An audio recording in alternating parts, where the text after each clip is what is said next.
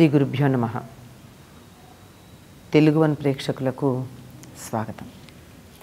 శ్రీకృష్ణ యదుభూషణ నరసఖ శృంగార రత్నాకర లోకద్రోహి నరేంద్ర వంశదహన లోకేశ్వర దేవతానీక బ్రాహ్మణ గోగణార్తిహరణ నిర్వాణ సంధాయక నీకున్మృక్యత త్రుంపవే భవలతల్ నిత్యానుకంపానిధి.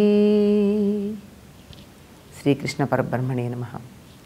శ్రావణ బహుళ అష్టమిని జయంతి అంటాం. జయంతి అనేటటువంటి పదానికి పుట్టినరోజు అనేటటువంటిది సామాన్యార్థంగా చెప్పుకుంటాం. కానీ జయంతి అంటే కృష్ణుడు మాత్రమే పుట్టినటువంటి రోజుగా మనకి శాస్త్రాలు చెప్తున్నాయి. అటువంటి పుట్టినరోజు వేడుకని కృష్ణ సంబంధంగా జరుపుకుంటున్నాం ఈరోజు.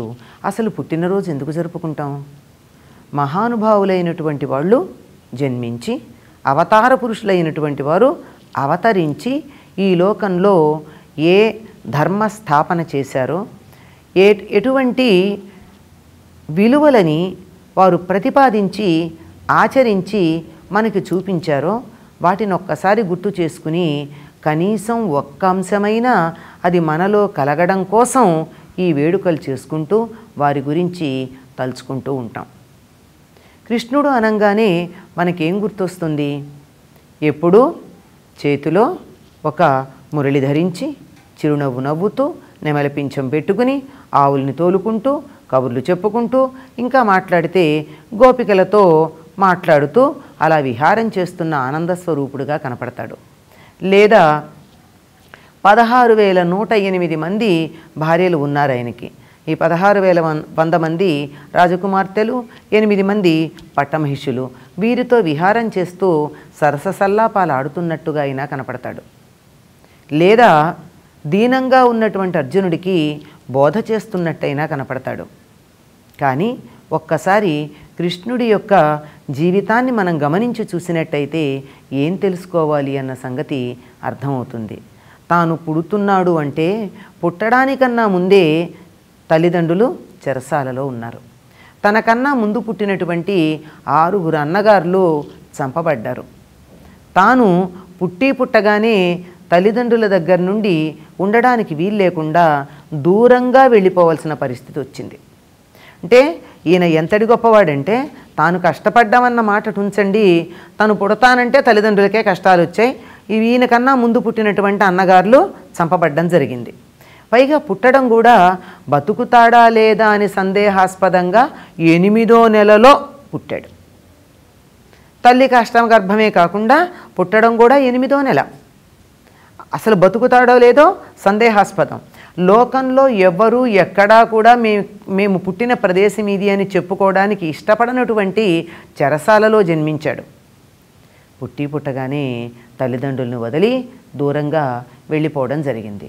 పోనీ అక్కడికి వెళ్ళిన తర్వాత ఏమైనా సుఖంగా ఉన్నాడా అంటే, రోజుల పిల్లవాడుగా ఉండగానే మొట్టమొదట పూతన అనే రాకాసి వచ్చి విషపూరితమైన పాలిచ్చి చంపడానికి ప్రయత్నం చేసింది.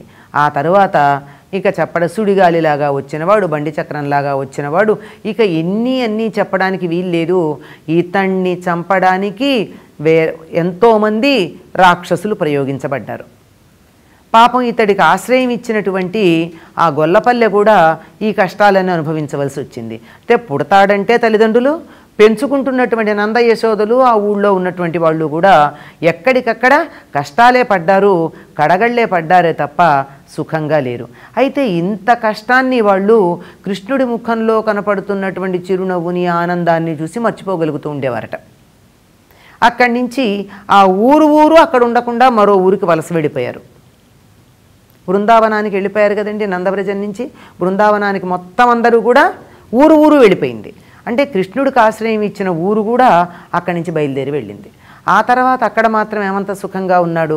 8 ఏళ్ళని భాగవతం చెప్తుంది, 10 ఏళ్ళని చెప్పి హరివంశం చెప్తుంది. మొత్తానికి ఏదైనా పసి వయస్సులోనే పెంచిన తల్లిదండ్రుల్ని వదిలి స్వయంగా మేనమామని చంపడానికి మధురా నగరానికి వెళ్ళాడు.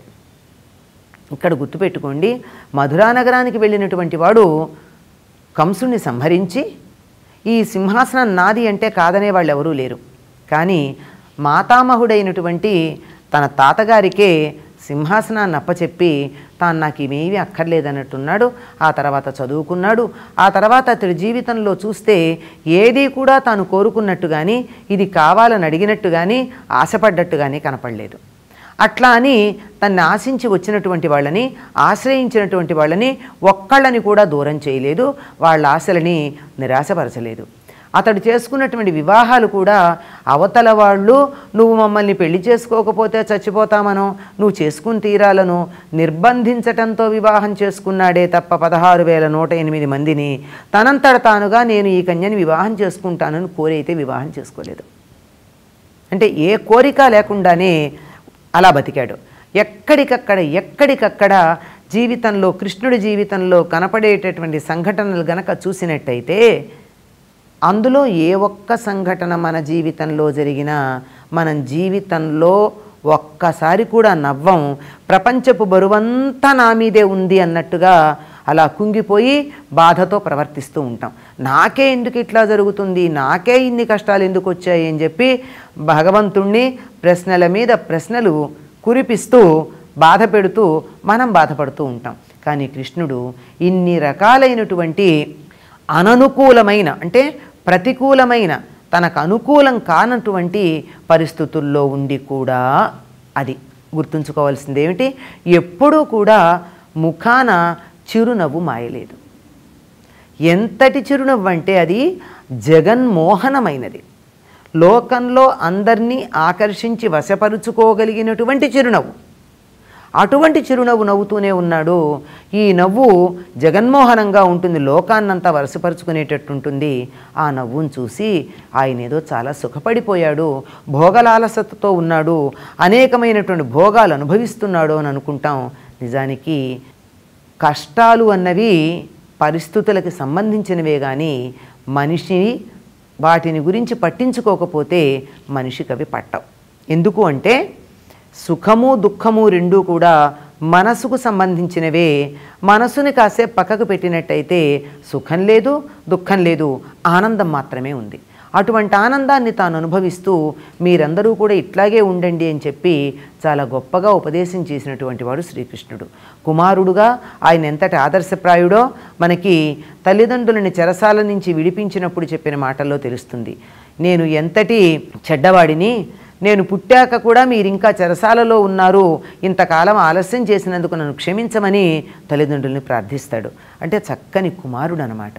అలాగే భార్యల పట్ల దాక్షిణ్యం కలిగి ఉండి ఇంతమంది ఉన్న వారిలో వారు తగాదా పడకుండా చూశాడు. లౌకిక అర్థంలో చెప్తున్న ఆధ్యాత్మిక అర్థం గురించి చెప్పుకుంటే చాలా విశేషంగా ఉంటుంది.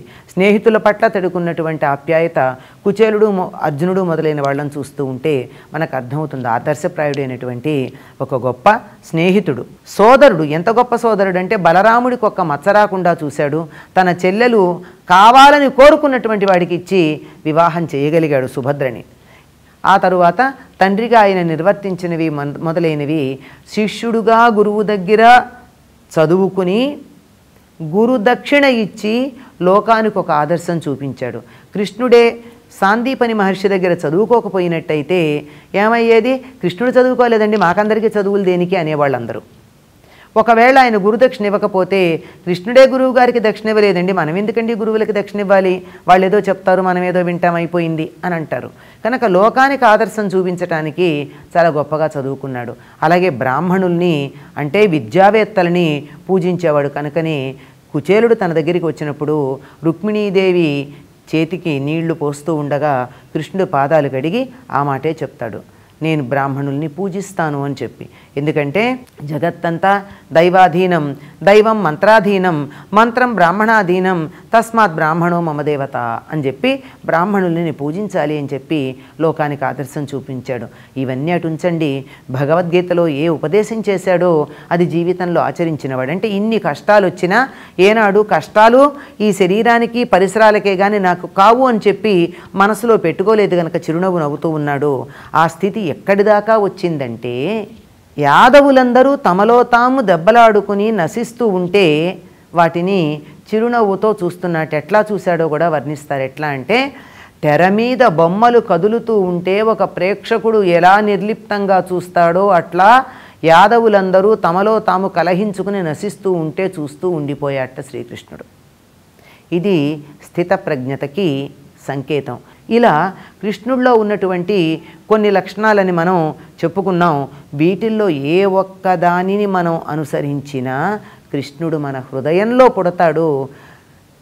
పుట్టినరోజు వేడుక ఎందుకు చేసుకోవాలంటే 5000 సంవత్సరాల ముందు పుట్టినటువంటి వాడి గురించి వాళ్ళ పుట్టినరోజు ఎందుకు చేసుకుంటున్నామంటే అప్పటి మాట ఏమో కానీ ఇప్పుడు ఈ లక్షణాలున్న కృష్ణుడు నా హృదయంలో పుట్టాలి, ఆ హృదయం యొక్క ప్రచోదనతో కనీసం కొన్ని అంశాలనైనా నేను జీవితంలో పాటించాలి అనే బుద్ధి కలిగి ఉండడం కోసం, వాటన్నిటినీ జ్ఞప్తి చేసుకోవడం కోసం పుట్టినరోజులు జరుపుకుంటాం. కృష్ణుడిలో లక్షణాలు కొన్నైనా మనం పాటించినట్టయితే మన జన్మధన్యమై కృష్ణుడు మన యందు జన్మించటం అన్నది జరుగుతుంది గనక స్వస్తి.